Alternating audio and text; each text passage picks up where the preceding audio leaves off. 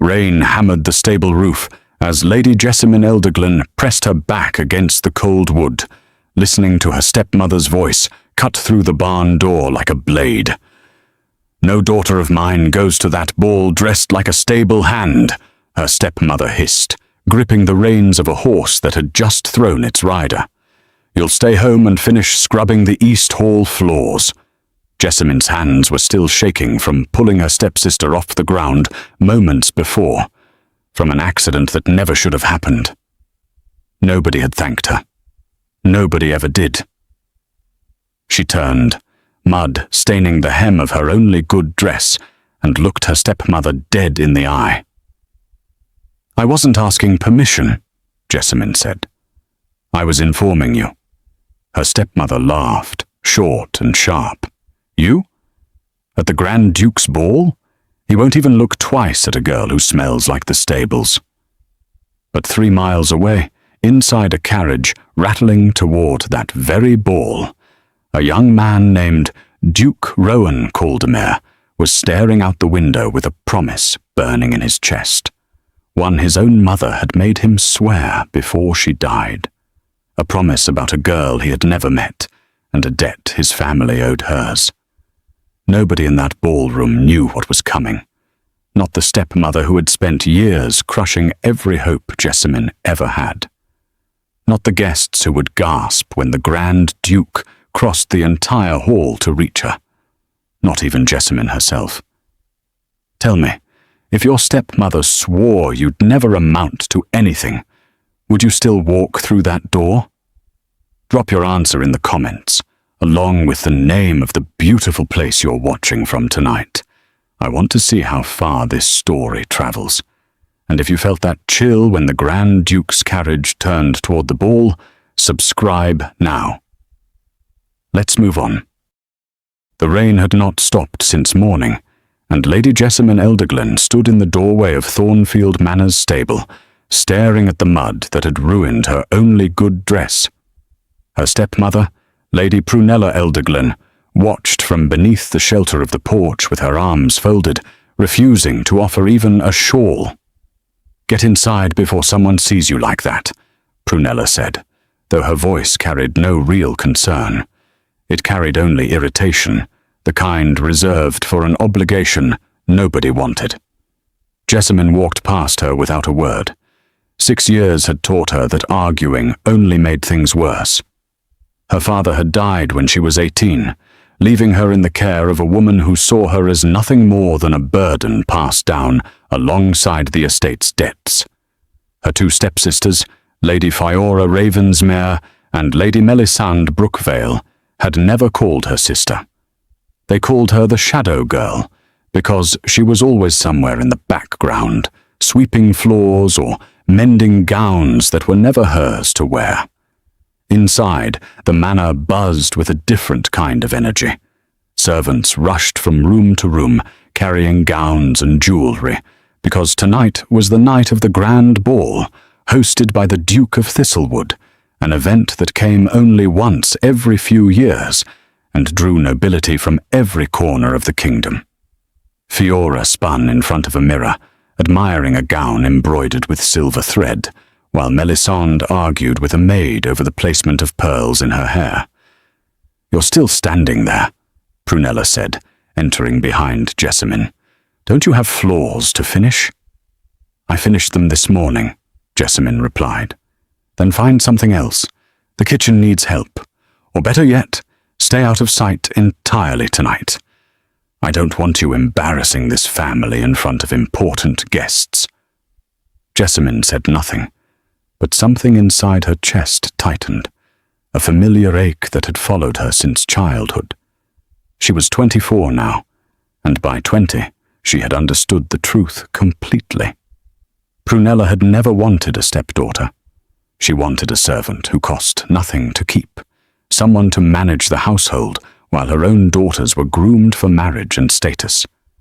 But something had shifted in Jessamine these past months. A restlessness she could no longer ignore, a refusal to keep shrinking into corners while her life passed her by unnoticed. "I'm going to the ball," Jessamine said quietly. The room fell silent. Fiora turned from the mirror, and Melisande stopped mid-argument with the maid. Prunella's face twisted into something between disbelief and anger. "Excuse me? I said I'm going to the ball tonight. You have no gown, no invitation, no place among people like that." Prunella stepped closer, her voice dropping to something sharper. "You are the daughter of a man who left this family in ruin, and I have spent years covering for his mistakes. You will not humiliate me further by parading yourself in front of the Duke's guests." "I wasn't asking permission," Jessamine said. "I was informing you." The slap came fast, stinging across her cheek before she could react. The room went still except for the sound of rain against the windows. Fiora looked away. Melisandre's eyes widened, but she said nothing either. "You will remember your place," Prunella said, her hand still trembling from the strike. "This family survives because I hold it together. You survive because I allow it." Jessamine did not cry. She had learned long ago that tears only fed her stepmother's satisfaction. Instead, she turned and walked toward the servants' quarters, her cheek burning, her resolve hardening into something unbreakable. She sat alone for a long while, staring at her reflection in the small, cracked mirror hanging above the wash basin. She thought of her father, a man she barely remembered clearly anymore, except in fragments, his laugh, the way he used to lift her onto his shoulders as a child. She thought of the years since his death, years spent learning how to disappear so completely that nobody in the house noticed her unless they needed something done. She was tired of disappearing. That night, while the household prepared for departure, Jessamine slipped into her late mother's trunk, hidden beneath the floorboards of the small room she had once shared with her, before the fever took her, when Jessamine was only 9. Inside lay a single gown, pale and simple, nothing like the elaborate creations Fiora and Melisande would wear. But it was hers. It was the only thing Prunella had never managed to sell, likely because she had forgotten it existed at all. She dressed quickly, her hand steady despite the chaos in her chest. When she looked into the cracked mirror propped against the wall, she barely recognized the woman staring back. Not because the gown transformed her, but because for the first time in years, she saw someone who refused to disappear. She thought of every year she had spent scrubbing floors while her stepsisters attended dinners and dances. She thought of every dream she had buried, because dreaming felt too dangerous in a house that punished hope. Tonight, something inside her had finally broken free of its cage, and she intended to follow it wherever it led. Downstairs, she heard the commotion of departure, carriage wheels crunching against gravel, Prunella's voice barking instructions at the household staff. She waited until the sound of wheels faded into the distance before slipping out through the servants' entrance, moving quickly through the rain toward the stable. An old mare stood in the far corner, one nobody would miss because she was considered too old for anything but light work. Jessamine had cared for this horse herself for years, feeding her extra oats when nobody was watching, speaking softly to her during the loneliest nights. The mare nickered softly as Jessamine approached, as though sensing the importance of what was about to happen. "We're going somewhere tonight," Jessamine whispered, running her hand along the horse's neck. "Somewhere neither of us belongs, if anyone asks. But I refuse to spend another year wondering what might have happened if I stayed hidden." She mounted carefully, her borrowed boots slipping slightly against the wet saddle, and guided the mare out into the storm. The road toward the Duke of Thistlewood's estate stretched long and dark ahead of her, but for the first time in years, fear did not control her decisions. Determination did. As she rode, Memories surfaced unbidden, moments from her childhood before everything changed. Her father teaching her to read beside a warm fire, her mother singing softly while braiding her hair. All of it gone now, replaced by years of servitude and silence. But tonight, riding through the rain toward a ball she had no right to attend, she felt something close to the girl she used to be before grief and cruelty reshaped her into someone smaller. The rain began to ease as she approached the outskirts of the Duke's estate, the storm giving way to a misty drizzle that clung to the trees lining the long approach road. Ahead, she could see the glow of countless candles illuminating windows larger than any she had ever seen, the sound of music drifting faintly on the night air. Her heart pounded as she dismounted near a cluster of trees, tying the mare loosely where the grand carriages would not notice her. She smoothed the front of her gown, aware of how simple it looked compared to what she imagined the other guests would wear. But she refused to let that thought slow her steps. Whatever waited beyond those doors, she intended to face it standing tall. Miles ahead, inside a much grander carriage, Duke Rowan Caldermere sat in silence, his gloved hands resting on his knees as the estate lights came into view through the rain-streaked window. Beside him sat his closest friend and advisor, Lord Barnaby Thistlewood, son of the ball's host, who had spent the entire journey trying to draw the Duke into conversation without success. "You've said nothing since we left the city," Barnaby said, studying his friend's expression. "Something troubles you." Rowan exhaled slowly. "My mother made me promise something before she died. I intend to honor it tonight." "The promise about the Elder Glen family," Barnaby said, his tone shifting into something more serious. "You never told me the full story." Rowan's jaw tightened. His mother, in her final days, had confessed a truth she carried for years.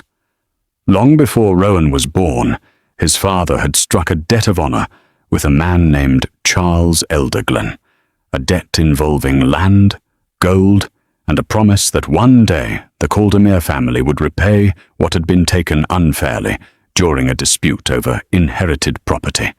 Charles Elderglen died before the debt could be settled, and his daughter inherited nothing but poverty and a stepmother who despised her.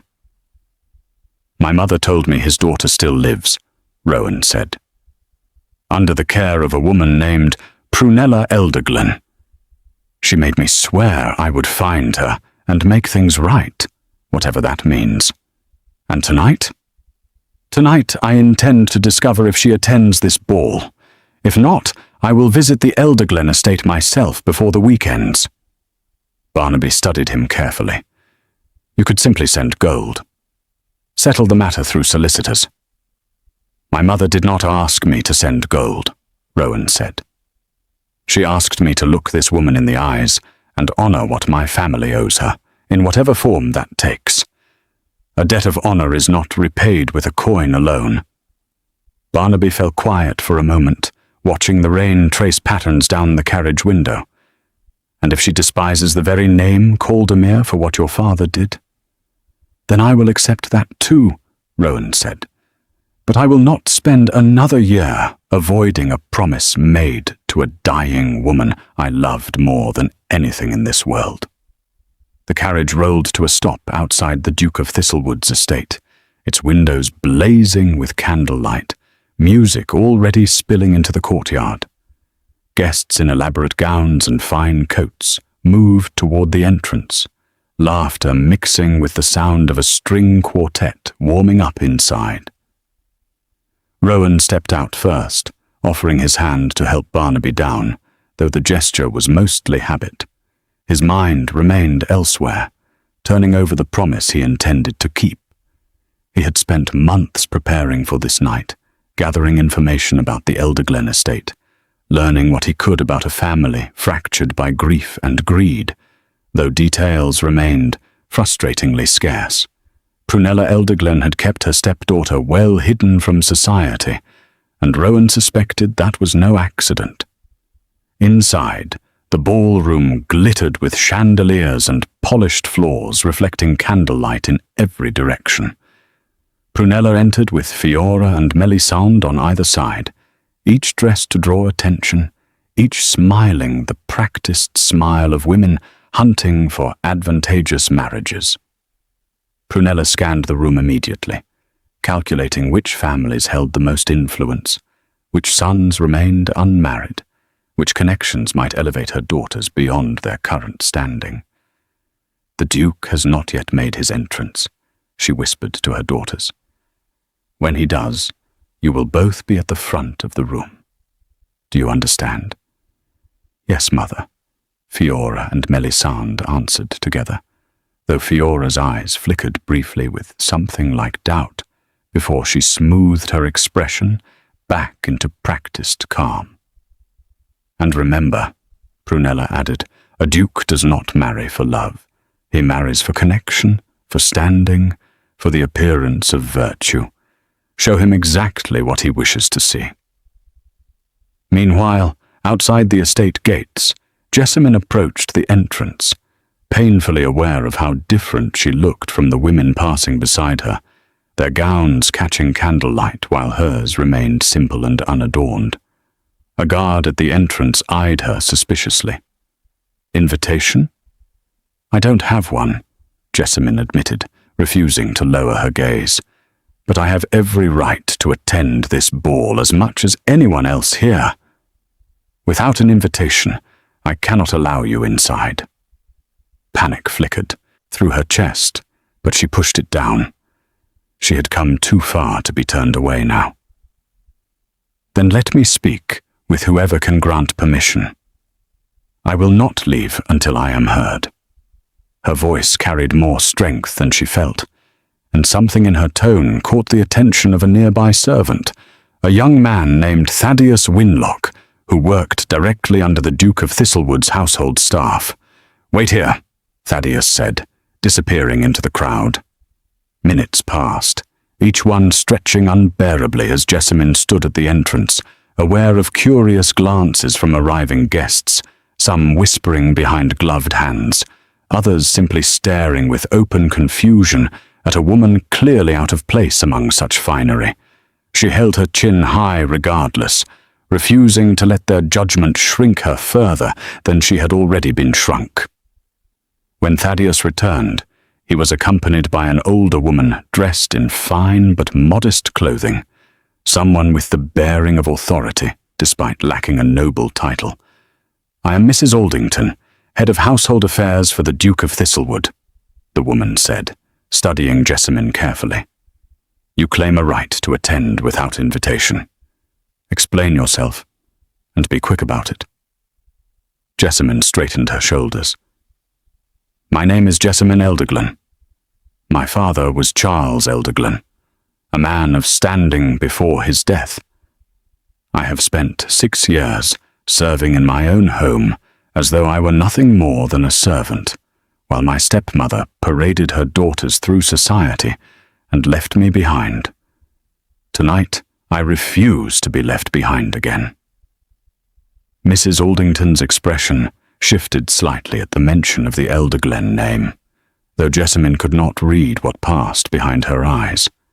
Something like recognition, or perhaps memory, flickered across the older woman's face before she composed herself again. After a long pause, she nodded once.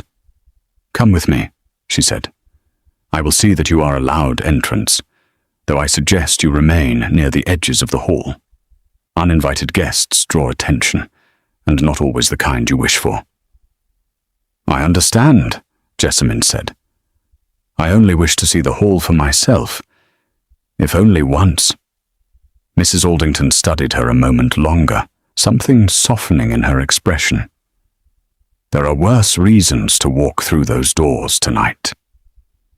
Jessamine followed her through the entrance, her pulse racing as the sound of music grew louder, the warmth of hundreds of candles washing over her skin after the chill of the ride. The ballroom stretched before her in a blur of color and movement, nobility dancing and conversing beneath chandeliers larger than anything she had ever seen. The scent of beeswax candles and fresh flowers filled the air, mixing with the sound of laughter and clinking glasses. She positioned herself near a pillar at the edge of the room, watching the swirl of gowns and coats, feeling both entirely out of place and strangely resolved. She had made it this far. Whatever happened next, at least she had proven to herself that she was no longer willing to disappear into the corners of her own life. A young woman standing nearby, dressed modestly, but with warmth in her expression, glanced toward Jessamine and offered a small smile. "You look as though you've never seen anything like this before." "I haven't," Jessamine admitted. "Not up close, at least." "I'm Lady Corisanda Wintermere," the woman said. "My family holds land near the eastern border, though we rarely attend events this grand. You seem to be standing quite alone." "Jessamine Elderglen," she replied. "And yes, I suppose I am." Corisanda's eyes widened slightly at the name, though she said nothing more of it, simply offering a friendly nod. "Well, you are not alone now, if you don't object to the company." Before Jessamine could answer, a sudden shift rippled through the crowd as the orchestra paused and the master of ceremonies raised his voice, announcing the arrival of His Grace, Duke Rowan Caldermere. The room turned toward the entrance as Rowan stepped forward, his presence commanding immediate attention. Whispers spread through the crowd, mothers nudging daughters forward, young women straightening their posture in hopes of catching his eye. Even Corisanda beside her drew in a small breath, though she quickly composed herself. Prunella gripped Fiora's arm. "Now," she whispered. "This is your moment." But Rowan's eyes moved past the front of the room entirely, scanning instead toward the edges, toward the shadows, where guests less eager for attention often stood. Something pulled his focus toward a pillar near the far wall, where a woman in a simple, pale gown stood apart from the glittering crowd, her posture straight, despite clearly not belonging among the wealth surrounding her. He did not know her name yet. He did not know she was the very woman his mother had made him promise to find. But something about the way she stood, refusing to shrink, despite every reason to, held his attention completely. Barnaby noticed the shift in his friend's expression. "You found something interesting already." "Perhaps," Rowan murmured, unable to look away. "Or perhaps something has found me." The music resumed, and the crowd began to move again, but Rowan remained still for a moment longer, watching the woman near the pillar, aware that whatever happened next would not follow the plans anyone in that room had prepared for. He turned to Barnaby, his voice low and certain. "Do you know her? The woman near the far pillar, in a pale gown." Barnaby followed his gaze, studying the figure for a moment before shaking his head. "I don't recognize her. She isn't dressed for tonight's occasion, which likely means she wasn't invited." "Find out who she is," Rowan said, "quietly if you can manage it." Barnaby raised an eyebrow but nodded, moving through the crowd toward Mrs. Aldington, who stood near the refreshment tables, observing the room with her usual watchful calm. Rowan remained near the entrance, unable to shake the feeling that everything his mother had asked of him was somehow standing only a short distance away, waiting to be discovered. Across the room, Prunella noticed the Duke's hesitation, his eyes drifting toward the far wall instead of toward her daughters as she had planned. Confusion flickered across her face before hardening into something more calculating. She followed his gaze, and her expression froze the moment she recognized the figure standing near the pillar. "No," she whispered under her breath. "It cannot be." Fiora noticed her mother's sudden stillness. "Mother?" What is it?" Prunella did not answer immediately, her eyes fixed on Jessamine across the crowded ballroom, disbelief and fury warring behind her carefully composed expression. She had left instructions. She had made everything clear. And yet somehow, impossibly, the shadow girl had found her way into the one place Prunella had sworn she would never set foot. "Stay here," Prunella said finally, her voice tight with barely controlled anger. "I need to attend to something." She moved through the crowd with practiced grace, though every step carried the tension of a woman preparing for confrontation, her eyes never leaving the pillar where her stepdaughter stood, unaware yet that the night was about to change in ways none of them could have predicted. Prunella reached the pillar before Rowan or Barnaby could take a single step closer, her painted smile firmly back in place, though her eyes carried a warning only Jessamine could read. "Jessamine," she said, her voice pitched sweetly enough for anyone nearby to hear. "What a surprise to see you here. I did not realize you intended to join us tonight." "I decided the invitation extended to the household," Jessamine replied evenly. "Since I am part of this household, I assumed I was welcome." Prunella's smile did not waver, though her grip tightened around her fan until her knuckles paled beneath her gloves. "We will discuss this matter at home. For now, I suggest you remain exactly where you are and cause no further disturbance." "I have caused no disturbance," Jessamine said. "I have simply stood here, the same as everyone else in this room." Corisande, still standing beside Jessamine, glanced between the two women with quiet curiosity, but said nothing, sensing the tension beneath the polite words being exchanged, like blades hidden inside velvet. Prunella leaned closer, her voice dropping low enough that only Jessamine could hear. "You will regret this. I promise you that, and I do not make promises lightly." Before Jessamine could respond, Barnaby approached with Mrs. Aldington beside him, and Prunella straightened immediately, her expression smoothing back into practiced grace, the transformation so swift it startled even Corisande watching nearby. "Lady Elderglen," Barnaby said, addressing Prunella first out of courtesy. "His Grace requests an introduction to the young woman standing near this pillar." Prunella's composure faltered for the briefest moment before she recovered. "This is my stepdaughter, Jessamine. I'm afraid she arrived without proper preparation for tonight's event. Perhaps another time would be more suitable for introductions." "His Grace was quite specific," Barnaby said, his tone polite but unmoving. "He asked for her by description, not by invitation status." Prunella's eyes flickered toward Jessamine with something sharp and dangerous, though she said nothing further as Barnaby gestured for Jessamine to follow him across the room.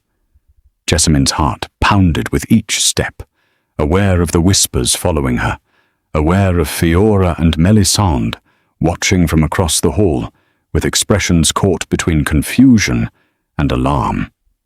Several guests turned their heads, murmuring behind fans and gloved hands, wondering aloud who this plain stranger could be to warrant such attention from the most sought-after man in the kingdom. Rowan stood near the edge of the dance floor, and as Jessamine approached, something in his expression shifted, a mixture of curiosity and quiet recognition, though they had never met before this moment. He watched her walk toward him with the same steady posture she had held near the pillar, unshaken by the weight of every eye now fixed upon her. "Lady Jessamine Elderglen," Barnaby said, completing the introduction. "His Grace, Duke Rowan Caldermere." Jessamine curtsied properly, though her mind raced with questions she dared not ask aloud. "Your Grace." "Lady Elderglen," Rowan said, his voice steady despite the storm of thoughts behind his eyes. "I wonder if you might grant me a dance." The request rippled through the surrounding crowd like a stone dropped into still water. Nobody extended such an invitation to an uninvited guest, let alone one dressed so plainly compared to the rest of the room. Prunella, watching from a distance, felt her carefully constructed evening collapsing before her eyes, her fan snapping shut with a sound sharp enough to draw a glance from a nearby dowager. "I would be honored," Jessamine said, though honor was not quite the word for the disbelief coursing through her. They moved onto the floor as the orchestra began a slow waltz, and for a moment the rest of the room faded into a blur of color and sound. Rowan's hand rested lightly against hers, his eyes studying her face with an intensity she could not quite interpret. "You are not what I expected," he said quietly. "You expected something?" Jessamine asked, surprised. "We have never met." "No," Rowan admitted. "But my mother spoke of your family before she passed. She made me promise to find Charles Elderglen's daughter and see that a debt owed to your family was finally repaid." Jessamine's steps faltered slightly, though Rowan steadied her without missing the rhythm of the dance. "My father has been gone for many years, Your Grace. I know nothing of any debt."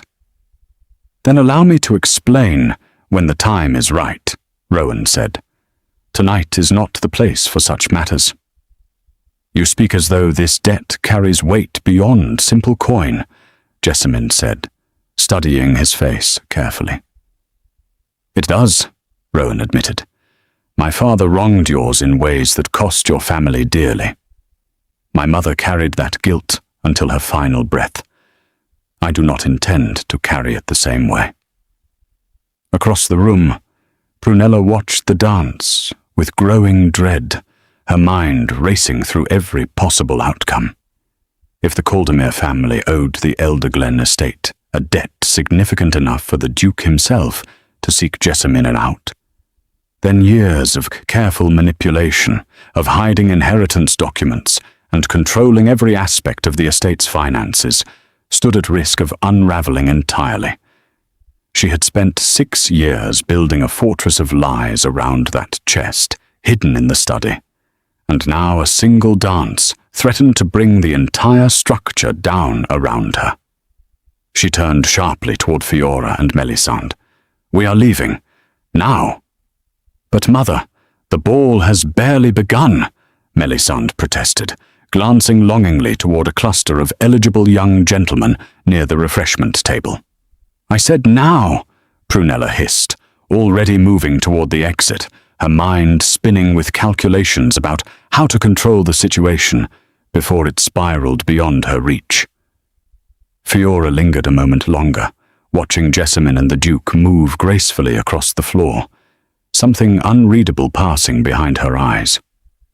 Unlike her mother, Fiora had never quite managed to summon the same depth of resentment toward her stepsister, though she had rarely spoken against Prunella's treatment of her either. Tonight, watching Jessamine dance with the most powerful man in the room, Fiora felt something close to shame, stirring beneath years of practiced indifference. "Fiora," Prunella called sharply from the entrance. "Now." Fiora turned away at last, following her mother and sister out into the cold night air, leaving Jessamine behind in a ballroom suddenly full of possibility. The carriage ride home was silent, except for the sound of wheels grinding against wet gravel. Fiora and Melisande exchanged nervous glances, unwilling to break the tense silence radiating from their mother, who sat rigid against the cushions with her eyes fixed on nothing at all. "What debt was he speaking of?" Fiora finally asked, unable to bear the silence any longer. Prunella's eyes remained fixed on the window, her jaw tight with barely restrained fury. "Nothing that concerns either of you. I will handle this matter myself." "It clearly concerns us," Melisande said, "if the Duke himself sought out Jessamine over it." "Enough," Prunella snapped, and both daughters fell silent for the remainder of the journey. but the truth gnawed at her the entire way home.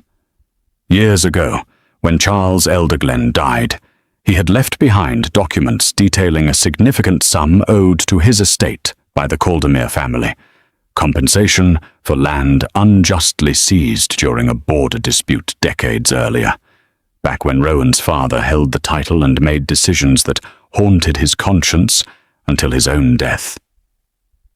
Prunella had discovered those documents shortly after marrying Charles, hidden among his private papers in a chest he kept locked beneath his study desk, and she had buried them deeper still rather than allow her stepdaughter any claim to wealth that might elevate her above Fiora and Melisande.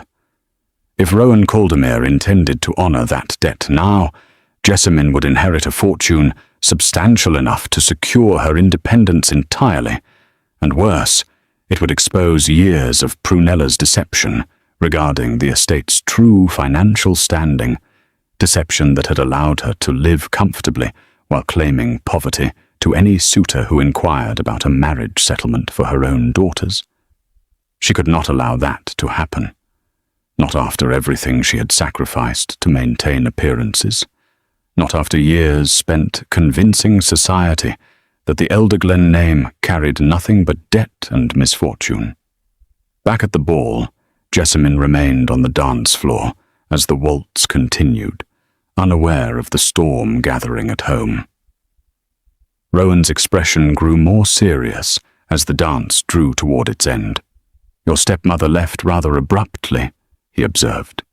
"She often does when things do not proceed according to her wishes," Jessamine replied, a faint edge of bitterness coloring her words, despite her attempt to remain composed.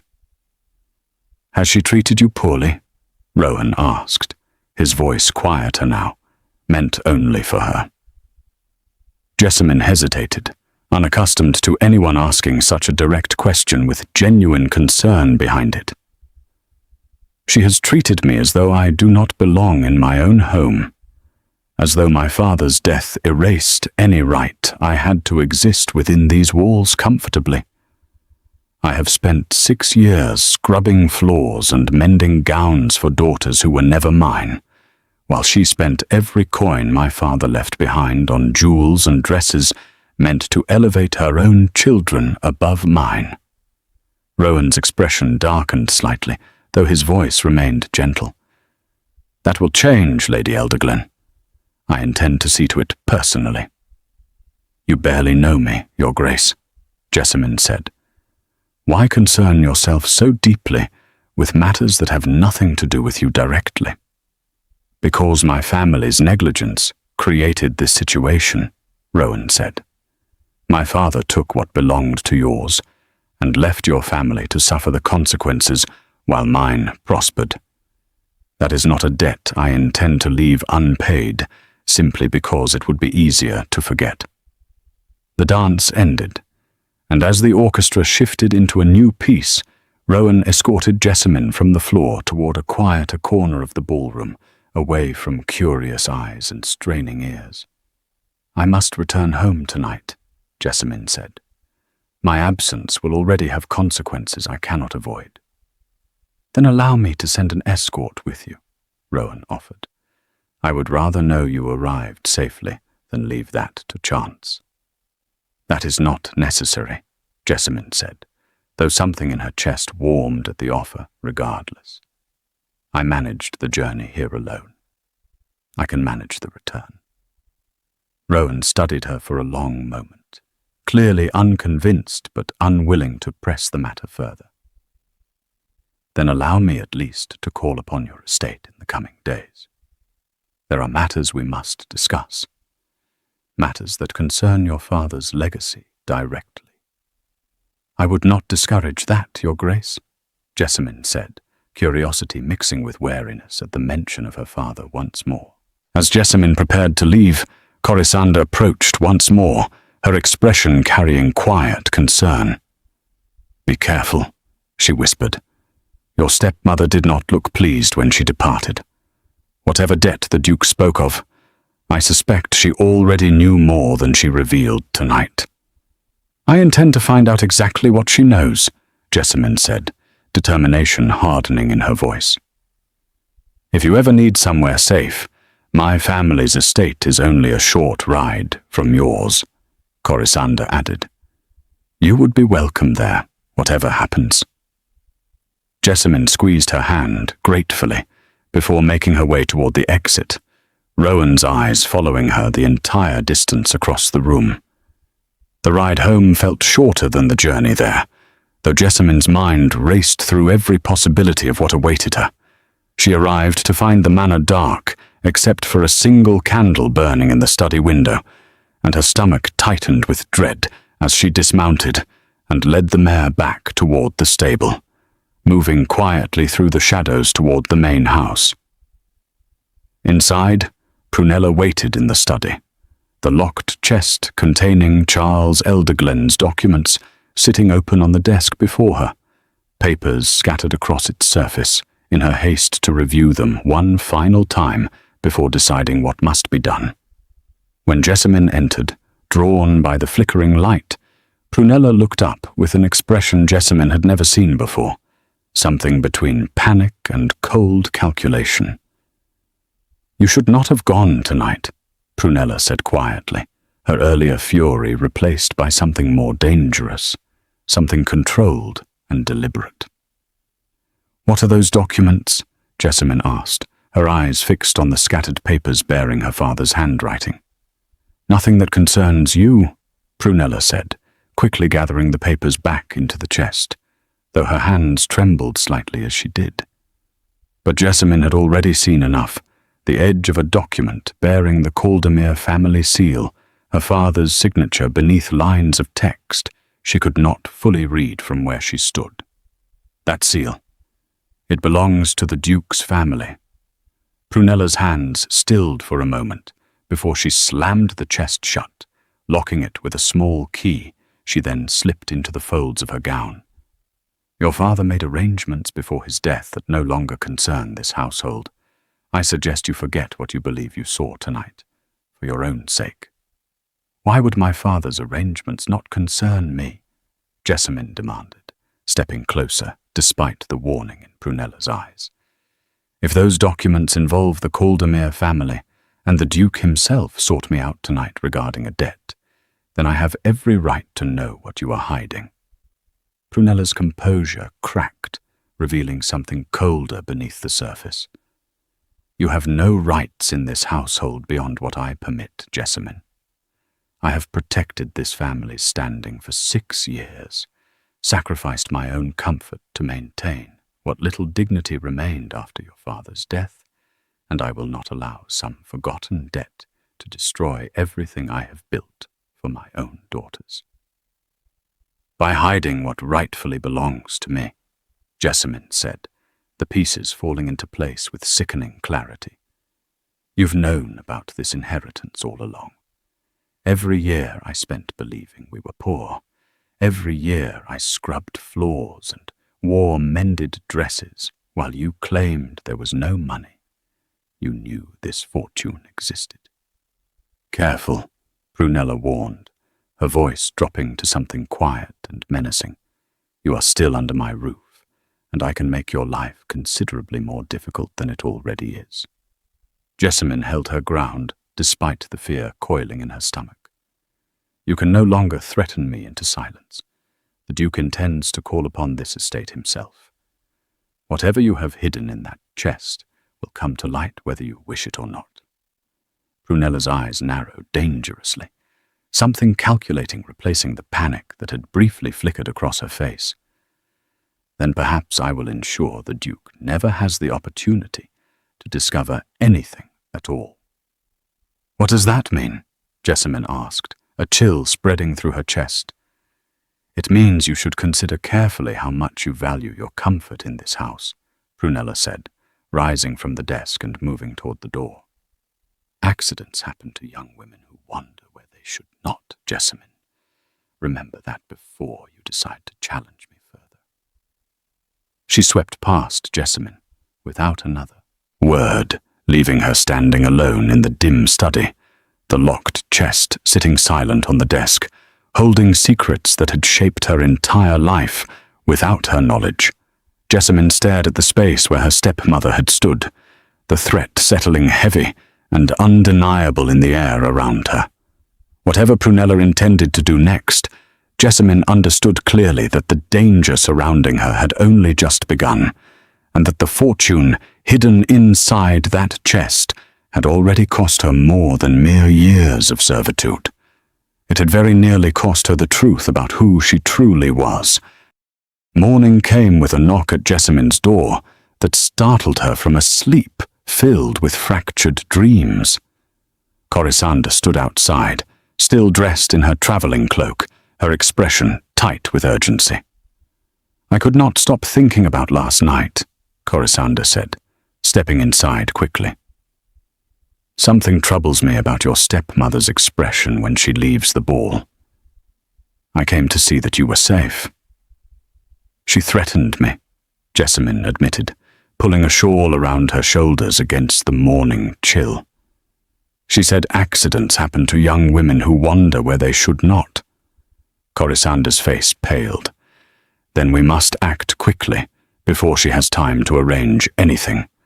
Women like her do not make threats they cannot follow through on. What would you have me do?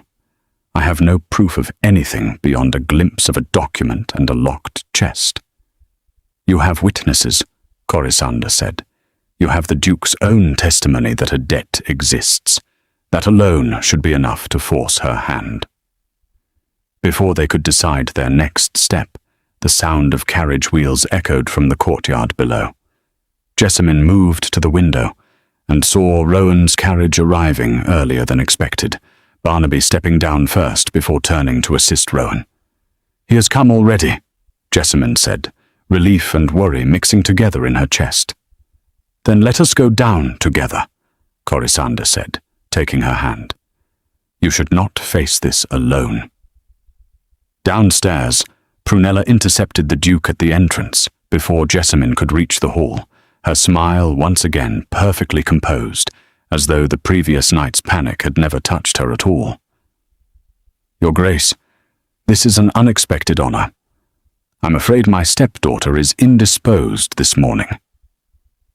"I am not indisposed," Jessamine said, appearing at the top of the staircase, with Corisande close behind her. "Your Grace, thank you for coming." Rowan's eyes moved between the two women, sensing immediately the tension stretched taut between them. "Lady Elderglin, I hoped we might speak privately regarding the matter I mentioned last night." "There is nothing to discuss," Prunella interjected quickly. "Whatever arrangements existed between our families were settled long ago, through my late husband's own choices." "That is not what the documents in your study suggest," Jessamine said, descending the stairs with steady resolve, each step carrying more confidence than the last. "Documents bearing the Caldemere seal, hidden in a locked chest for 6 years. Prunella's face drained of colour, though she recovered quickly, forcing a laugh that sounded brittle even to her own ears. "You are mistaken, child. Grief has clearly confused your memory of last night's events." "Then you will not object to the Duke seeing them for himself," Jessamine said, holding her stepmother's gaze without flinching. Before Rowan could respond, a new voice entered the hall. A thin, sharp-faced man in a dark coat stepped through the still-open front door, a leather case tucked beneath his arm. Prunella turned toward him with visible relief. "Mr. Aldous Trench," she said quickly. "My solicitor. He can confirm that all matters concerning my late husband's estate were settled properly years ago, according to law." Trench bowed stiffly. "Lady Elderglin has retained my services for some time, Your Grace. I can assure you, any claims of hidden debts are without merit." Rowan studied the man carefully. "Then you will not object to reviewing the documents currently locked in this household study in my presence this morning?" Trench's composure flickered, a small hesitation that did not escape Jessamine's notice. "I am not aware of any such documents." "You are aware of nothing," Prunella said quickly, too quickly, because there is nothing to be aware of. Then produce the chest, Rowan said, his patience thinning. If there is truly nothing to hide, this matter will resolve itself within the hour. Prunella's eyes darted toward Trench, some silent communication passing between them that Jessamine could not fully read, though she understood enough to know that the solicitor's arrival was no coincidence. He had likely been summoned the moment Prunella returned from the ball, brought in to help construct a defense before the truth could surface. "Bring the documents," Rowan said firmly. "Now, Lady Elderglen, or I will summon the magistrate to search this house myself, and you will find far less mercy in his hands than in mine." Trench cleared his throat. "Your Grace, perhaps a private conversation between counsel would serve better than a public search." "There will be no private conversation," Jessamine said, stepping forward. "You have both had 6 years to arrange this fortune quietly between yourselves. That time has ended." Defeated, Prunella retrieved the small key from where she had hidden it inside the folds of her gown and led them toward the study, her steps heavy with the weight of years about to unravel. Trench followed reluctantly, his earlier confidence noticeably diminished. Her hands shook visibly as she unlocked the chest, the same chest that had sat hidden beneath false papers and old linens, for longer than Jessamine had known to look for it. Inside lay years of correspondence, deeds, and signed agreements proving beyond doubt that Charles Elderglen's estate held a rightful claim to a fortune the Caldermere family had owed since before Jessamine was born. Rowan lifted each document carefully, examining seals and signatures with the practiced eye of a man who understood exactly what he was looking at. "This confirms everything my mother told me before she died," Rowan said, looking up at Jessamine. "The inheritance belongs to you entirely, along with land bordering the northern estate that has sat unclaimed and untended for years." Trench, seeing the documents laid bare, took a slow step back toward the door. "I was not aware of the full extent of these arrangements, Your Grace. My involvement was limited to matters of household expenses. Yet you arrived within the hour of being needed," Rowan observed coolly. "We will speak further of your involvement another day, Mr. Trench." The solicitor departed without another word, leaving Prunella alone to face what remained. Jessamine stared at the papers, years of poverty and servitude, suddenly explained by a truth deliberately buried to keep her powerless and dependent. "All this time," she whispered, her voice trembling despite her effort to remain composed, "I believed we had nothing." "You had everything," Corisande said gently, stepping close to offer support. "She simply made certain you never knew it." Prunella sank into a chair near the desk, her composure finally shattering completely. Tears she had never permitted herself to shed now streaking down her carefully powdered face. "What will happen to me now?" "That depends on Jessamine," Rowan said, turning to her with quiet patience. Melisande, who had remained silent throughout the entire confrontation, finally spoke from the doorway. "I did not know," she said quietly. "I swear to you, Jessamine, I never knew any of this."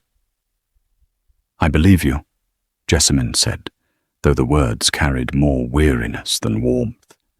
Word of the morning's events spread quickly beyond the manor walls. By afternoon, tenants working the northern fields, men and women who had known Charles Elderglen personally and remembered his daughter as a small girl, trailing after him through the orchards, gathered near the estate boundary, curious and hopeful. An older farmer named Josiah Pratt, who had worked the land since before Jessamine's birth, approached the gate when word reached him that the Elderglen daughter had finally come into her inheritance. "We heard the news, my lady," Josiah said, removing his cap respectfully when Jessamine came out to meet the small gathering. "Your father was a good man. fair with wages, patient with hardship. We've waited a long while to see his daughter restored to what's rightfully hers." "I did not know any of you were still here," Jessamine admitted, moved by the sight of familiar faces she had not seen since childhood. "We stayed," Josiah said simply, hoping the day would come when the truth finally found its way home. Jessamine looked at the woman who had stolen years of her life through cruelty and deception, feeling the weight of every slap, every cold word, every night spent hungry while her stepsisters dined well on food her own father's fortune had rightfully purchased. Yet beneath the anger simmering in her chest, she felt something else stirring, quiet and unexpected, a desire not for revenge, but for freedom from the bitterness that had shaped her for so long. "I will not see you thrown into ruin," Jessamine said finally, her voice steady despite the tremor of emotion beneath it, "though you have earned far worse than mercy. You will return every document, every deed, every coin you have taken from what belongs to me. You will never again control this household or anything within it. But I will not destroy this family the way you tried to destroy me." Prunella stared at her, stunned by the grace she had never once extended to Jessamine herself throughout 6 long years of cruelty. "Why would you show me such kindness after everything I have done?" "Because I refuse to become you," Jessamine said simply, the words settling with quiet finality. Fiora stepped forward, tears in her eyes, her earlier shame now fully rising to the surface. "I am sorry, Jessamine. I should have spoken against her cruelty years ago. I saw how she treated you, and I said nothing because I was too afraid of becoming her next target." "I know," Jessamine said, and for the first time in years, something like forgiveness settled quietly between them, fragile but real. In the weeks that followed, the truth of the inheritance spread through society like wildfire, carried from parlor to parlor by guests who had witnessed the Duke's attention toward Jessamine at the ball, and now understood the reason behind it.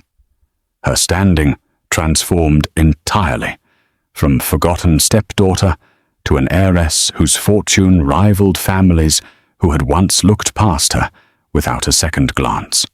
She moved into a modest home on the land now rightfully hers. Free at last from Prunella's control, the northern estate restored slowly under her careful direction with the help of tenants like Josiah, who welcomed her return with genuine warmth. Though she chose not to abandon her stepsisters entirely, offering Fiora a place within her household should she ever wish to leave her mother's diminishing influence behind, an offer Fiora accepted within the month, grateful for a fresh start built on honesty rather than deception.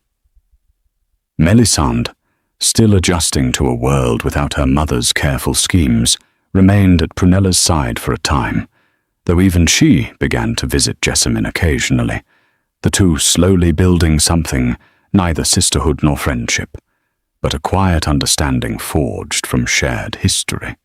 Rowan visited often during those weeks, each conversation deepening into something neither of them had expected to find when their paths first crossed beneath candlelight and curious stares. He spoke of his mother's final wish, fulfilled at last after years of guilt weighing on his family's conscience, and Jessamine spoke of a future she had never allowed herself to imagine, one built on her own terms rather than mere survival. "I did not come to you seeking marriage," Rowan admitted one evening, as they walked together through the gardens bordering her new estate, autumn leaves scattering gently across the path beneath their feet. "I came only to honor a promise made to a dying woman I loved deeply. But I find myself unwilling to leave your life once this debt is settled, and that surprises me more than I care to admit." "And if I asked you to leave regardless?" Jessamine asked, testing him gently, though her heart had already answered the question long before she spoke it aloud. "Then I would respect your wish," Rowan said, stopping to face her fully. "Though it would cost me more than I care to admit, perhaps more than I have ever allowed myself to feel for anyone." Jessamine smiled, the first truly unguarded smile she had allowed herself in years, warm and unafraid. "I do not wish you to leave, Your Grace. I find I have grown rather fond of your company, more than I expected to allow myself to feel again after everything this family has taken from me." "Then perhaps," Rowan said carefully, taking her hand, "you might allow me to give something back, not out of debt or duty, but out of choice freely made."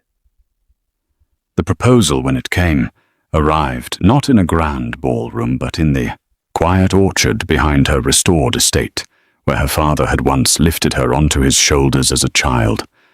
Rowan knelt among the fallen apples and bare branches, and Jessamine, laughing through sudden tears, said yes before he had even finished the question. Months later, beneath the same chandeliers that had witnessed her quiet defiance the night of the ball, Jessamine stood beside Rowan as they exchanged vows before family, friends, and the very society that had once overlooked her entirely, dismissed her as nothing more than a shadow moving quietly through rooms she was never meant to claim. Corisande stood among the witnesses, beaming with pride, having remained a steadfast friend from the very night Jessamine first walked uninvited through those grand doors. Barnaby stood beside Rowan as his closest witness, grinning at his friend with unrestrained joy. Mrs. Aldington, who had granted Jessamine entry that fateful night, watched from the second row with quiet satisfaction, as though she had known all along how the story would end. Even Josiah and several tenants from the northern estate attended, seated proudly near the back, having travelled a full day to witness the daughter of the man they had loved and respected finally claim her happiness. Fiora, having finally distanced herself from her mother's bitterness, watched with genuine joy, while Melisande, still learning to stand on her own without her mother's schemes to guide her, offered a hesitant but sincere smile, one small step toward the sister she had never truly known how to be. Prunella did not attend, having retreated to a small cottage on the edge of the county, stripped of the power she had wielded so carelessly for years, left instead with the quiet consequence of choices she could never undo. Word reached Jessamine occasionally of her stepmother's diminished circumstances, and though old wounds still ached at times, she found she no longer wished Prunella further harm. The truth had already delivered its own justice, more thoroughly than any punishment Jessamine could have devised herself. As Jessamine looked out over the crowd gathered to celebrate her joy, she thought of the girl who once hid in stables and scrubbed floors in silence, who rode alone through the rain toward a future she could not yet see, uncertain if she would even be allowed through the door. That girl had disappeared the night she refused to shrink any longer, and in her place stood a woman who had claimed not only her inheritance, but her voice, her worth, and finally, her own happiness. Rowan took her hand as the ceremony concluded, and together they stepped into a life neither had expected, but both had chosen freely, built not on debt or duty alone, but on a devotion that had grown steady and true from the very first dance beneath candlelight neither of them would ever forget. Outside the chapel, the northern estate awaited them both, its fields now green again under new care, its halls no longer haunted by secrets, but filled instead with the promise of everything Jessamine had once been told she would never have. In the years that followed, Jessamine often walked the orchard where Rowan had knelt among the apples, sometimes alone, sometimes with children of her own, trailing behind her the way she once trailed after her father. She never forgot the girl who rode through the storm that night, and she made certain, in every choice she made afterward, to honor the courage that girl had found when everyone around her insisted she stay hidden. The stepmother who swore she would control her forever had instead given her, unknowingly, the very push she needed to finally step into the light. 10 years passed, and the northern estate that once sat forgotten beneath tangled hedgerows now stood as one of the most admired properties in the county, its orchards heavy with fruit each autumn, its fields tended by families who had served the Elderglen name for generations. Jessamine Caldermere, Duchess now in both title and truth, often walked those same orchard paths where Rowan had once knelt among fallen apples, though these days she rarely walked alone. 2 children trailed behind her most mornings, a boy of 8 named after her father, Charles, and a girl of 5 who bore her mother's steady gaze and had already developed a habit of wandering off to speak with the tenants as though she had known them her whole life. Jessamine watched her daughter crouch beside old Josiah Pratt one bright morning, listening intently as he explained how to tell when the apples were ready for picking, and something in her chest ached with a gladness she had never expected to feel so completely. "She reminds me of you," Rowan said, coming to stand beside her, his hair touched now with grey at the temples, though his eyes still held the same quiet warmth she had first noticed across a crowded ballroom. "She reminds me of my father," Jessamine said, "though I suppose that means the same thing in the end." They walked together toward the house, pausing where the orchard met the garden, the same spot where he had asked her to marry him all those years before. Neither of them needed to speak of it directly anymore. The memory lived quietly between them. Returning each season, the apples bloomed. Fiora visited often, having long since built a life of her own after leaving her mother's house, married now to a modest but kind gentleman farmer who treated her with a gentleness she had never known growing up. She arrived that afternoon with her own young son in tow, and the 2 women sat together on the veranda while the children played nearby, their laughter carrying across the lawn. "Do you ever think of her?" Fiora asked quietly, watching the children chase each other through the grass. "Sometimes," Jessamine admitted. "Not with anger anymore.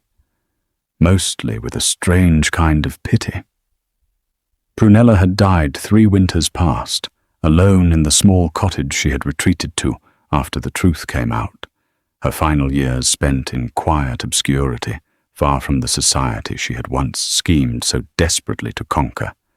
Jessamine had sent a modest sum for her burial, more out of duty than affection, though she could not deny a flicker of sorrow when the news reached her. Whatever cruelty Prunella had shown her, she had also, in some strange way, forced Jessamine to become the woman she was now, unwilling to shrink, unwilling to disappear. Melisande had married a merchant's son and moved to the coast, her letters arriving twice a year, polite and distant, but no longer cold. The 2 sisters had never grown close, but the bitterness between them had faded into something more like peace, an understanding that neither owed the other anything beyond civility. Corisande remained Jessamine's dearest friend through every season of her new life, often visiting with her own growing family, the 2 women spending long afternoons in the garden, recalling the night everything had changed, the night a stranger in a plain gown had stood her ground at a ballroom entrance and refused to be turned away. "Do you ever wonder what would have happened," Corisande asked one afternoon, "if you had stayed home that night?" "Often," Jessamine said.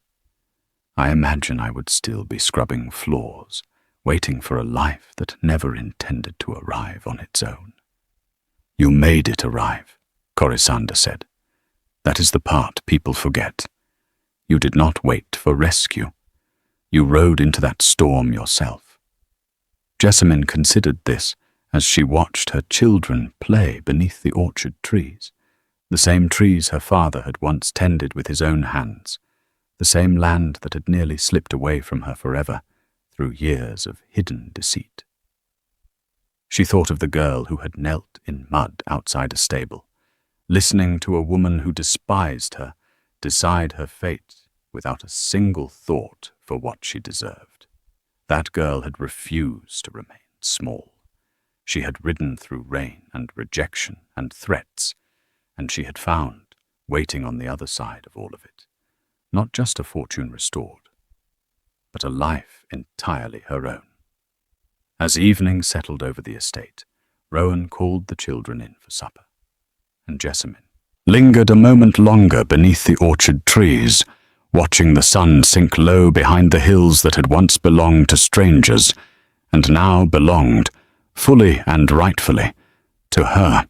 She thought of her father's laugh, of her mother's soft singing, of every year spent believing herself forgotten, and she smiled at how completely wrong that belief had turned out to be.